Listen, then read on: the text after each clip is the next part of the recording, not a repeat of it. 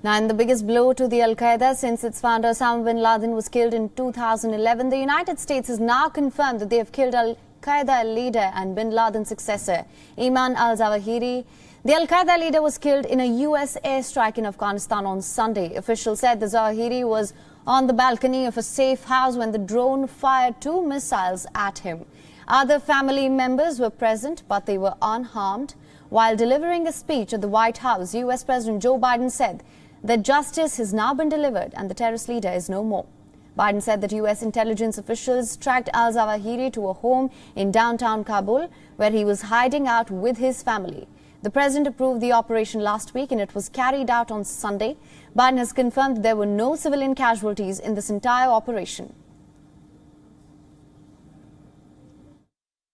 My fellow Americans, on Saturday, at my direction, the United States successfully concluded an airstrike in Kabul, Afghanistan that killed the emir of Al-Qaeda, Ayman Al-Zawahiri. 1 week ago, after being advised that the conditions were optimal, I gave the final approval to go get him. And the mission was a success. None of his family members were hurt, and there were no civilian casualties.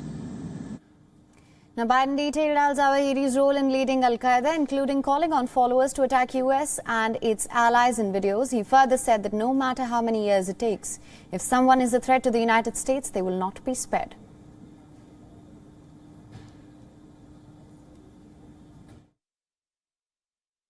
No matter how long it takes, no matter where you hide, if you are a threat to our people, the United States will find you and take you out.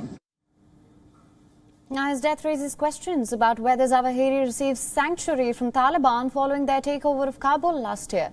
U.S. officials say that senior Taliban officials were very much aware of his presence and provided him a safe haven. In a statement, Taliban spokesperson condemned the U.S. airstrike, calling it a violation of international principles. Now, according to reports, the site of Sunday's attack was very near to the house of former Afghan defense minister. The house was targeted last year by the Taliban during the U.S. withdrawal chaos. Zawahiri was one of the world's most wanted terrorists and the main mastermind of the 9/11 attacks that killed nearly 3,000 people. The drone attack is the first known American strike inside Afghanistan since the United States troops left the country in August 2021. Now, for more on this, we were earlier joined by our correspondent Nick Harper from Washington, D.C. Let's listen in.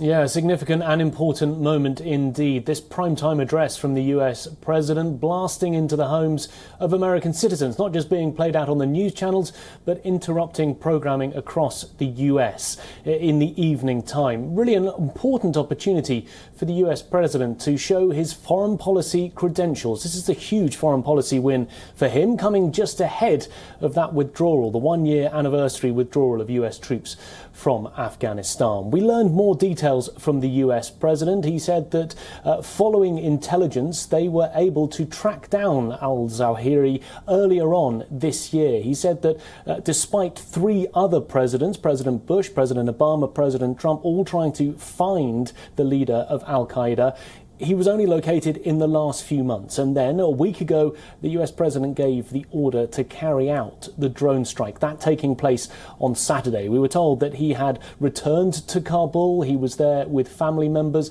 and that he was killed while he was on a balcony. Also, that none of the family members that he was with were injured in the drone strike, and there were no civilian casualties. The US president very much portraying this as a major win for US foreign policy and an opportunity to say to the American public, essentially, we knew what we were doing when we withdrew from Afghanistan because we still had this over-the-horizon capability, still had the ability to gather intelligence from Afghanistan and carry out these drone strikes from afar. So a very important moment for the US president, and it also comes ahead of those midterm elections in November. This will undoubtedly be a big foreign policy win for him, something which will be on the minds of voters when they head to the polls in November.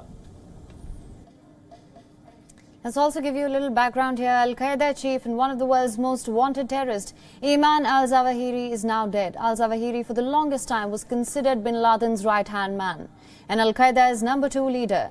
who guided the world's most notorious terrorist movement. Zawahiri was born in 1951 to a prominent Cairo family. He was an eye surgeon who helped found the Egyptian Islamic terrorist group. He was imprisoned in the 1980s for involvement in terrorist activities. He left the country after his release and was involved in jihadist movements. Eventually, he settled in Afghanistan, joined forces with Osama bin Laden. Together, they declared war on the United States and organized the 11 September 2001 attacks. He took over the leadership of Al-Qaeda following the killing of bin Laden in 2011. He had central roles in Al-Qaeda's signature attacks, like the 1998 assaults on the U.S. embassies in Kenya and Tanzania and the deadly 9/11 attack. Zawahiri was number 2 in the 22 most wanted terrorist list announced by the United States government in 2001 and had a $25 million bounty on his head.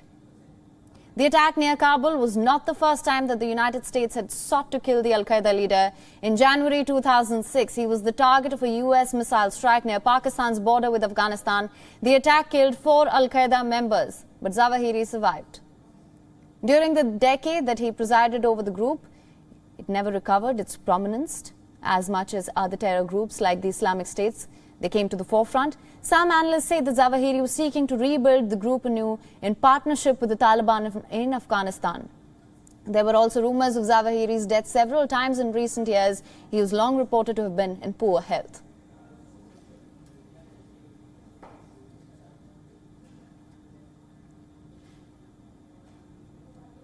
WION is now available in your country. Download the app now. Get all the news on the move.